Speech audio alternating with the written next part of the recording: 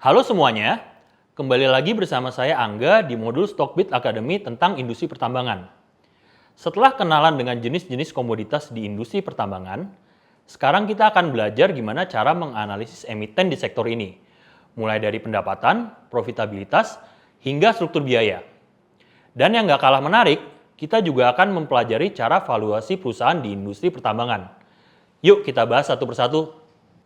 Ketika kita mau menganalisa perusahaan di suatu industri, tentunya kita mesti tahu nih, apa aja faktor-faktor penting yang dapat mempengaruhi kinerja pada sektor tersebut. Nah, dalam industri pertambangan, faktor yang pertama adalah level produksi dan penjualan. Jadi, level produksi adalah jumlah volume komoditas yang dapat ditambang dalam suatu periode tertentu. Tingkat volume produksi juga berpengaruh pada sisa umur tambang. Dikarenakan tambang merupakan suatu komoditas yang bersifat terbatas, maka semakin besar tingkat produksi, semakin cepat habis pula cadangan pada tambang tersebut.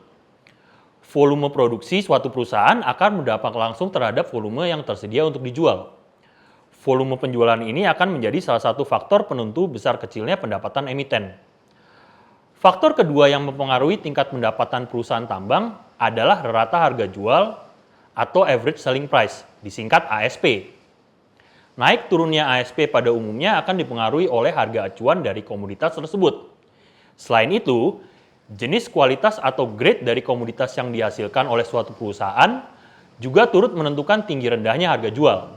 Sehingga kalau direkap, total pendapatan emiten terdiri dari dua faktor komponen, yaitu volume penjualan dikali dengan rata-rata harga jual.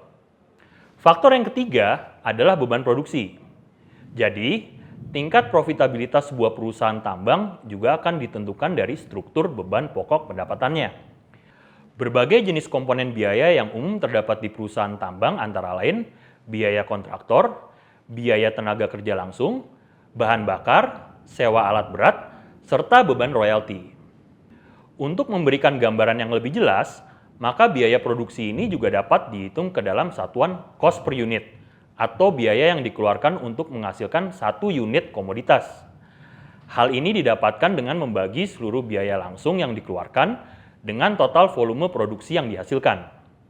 Yang terakhir, dalam menganalisa emiten pertambangan, investor juga perlu memperhatikan reserves to production ratio yang menunjukkan sisa umur produktif tambang dengan asumsi tingkat produksi tetap.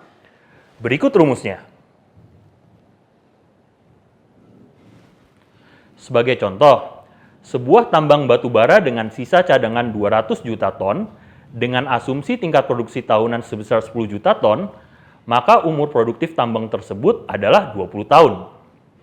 Rasio ini memiliki beberapa kegunaan, yaitu memperkirakan kapan cadangan akan habis, sebagai basis perhitungan potensi pendapatan di masa mendatang, serta mengidentifikasi kebutuhan dalam mencari cadangan sumber daya baru.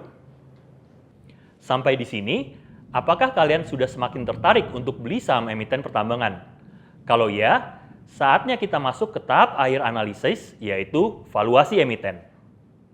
Ada beberapa rasio yang perlu kamu ketahui supaya makin yakin sama emiten pertambangan yang kamu incar.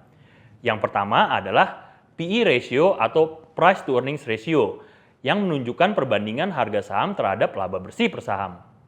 Mungkin kamu udah sering nih melakukan valuasi pakai rasio ini.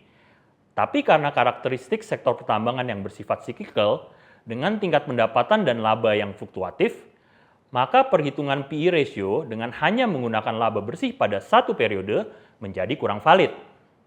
Sebagai alternatif, investor dapat menggunakan modifikasi dari PE ratio dengan melakukan normalisasi pada laba bersih per saham atau EPS.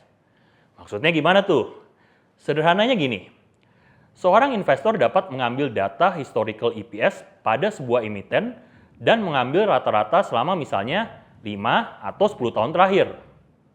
Contohnya, di tahun terakhir, EPS saham ABCD tercatat sebesar Rp417. Sementara itu, EPS dalam 4 tahun sebelumnya berturut-turut adalah sebesar 64, 176, 189, dan 205. Jadi, rata-rata EPS selama 5 tahun terakhir adalah 210,2 kali. Saat ini, Saham ABCD diperdagangkan pada harga Rp4.000 per lembar. Dengan ilustrasi itu, apabila kita hanya menggunakan EPS tahun terakhir, maka akan mendapatkan PE ratio sebesar 9,6 kali. Namun dengan menggunakan rata-rata EPS 5 tahun terakhir, maka kita akan dapatkan normalized PE ratio-nya sebesar 19 kali. Dengan mengambil jangka waktu EPS yang lebih panjang, maka investor melakukan normalisasi terhadap laba bersih perusahaan, yang umumnya berkorelasi langsung dengan naik turun harga komoditas pada periode tersebut. Dengan begitu, valuasi yang didapatkan juga terbilang lebih wajar.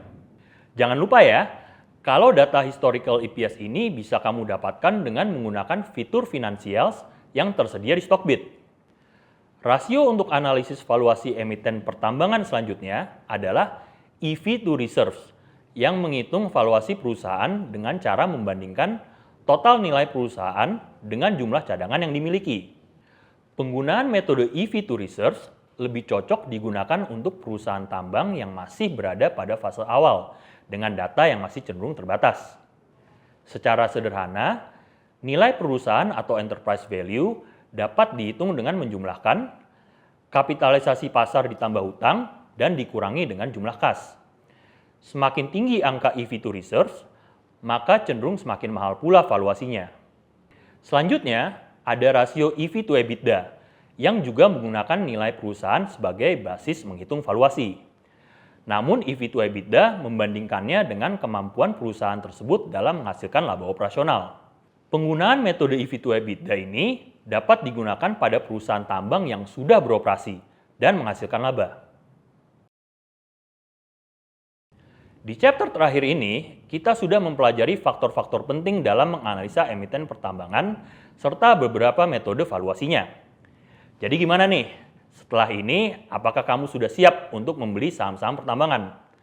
Yang penting, jangan lupa kalau kamu bisa melakukan analisa serta jual beli saham di aplikasi Stockbit. Terima kasih telah menonton modul ini hingga akhir, dan sampai jumpa di modul-modul Stockbit Academy berikutnya. Bye-bye!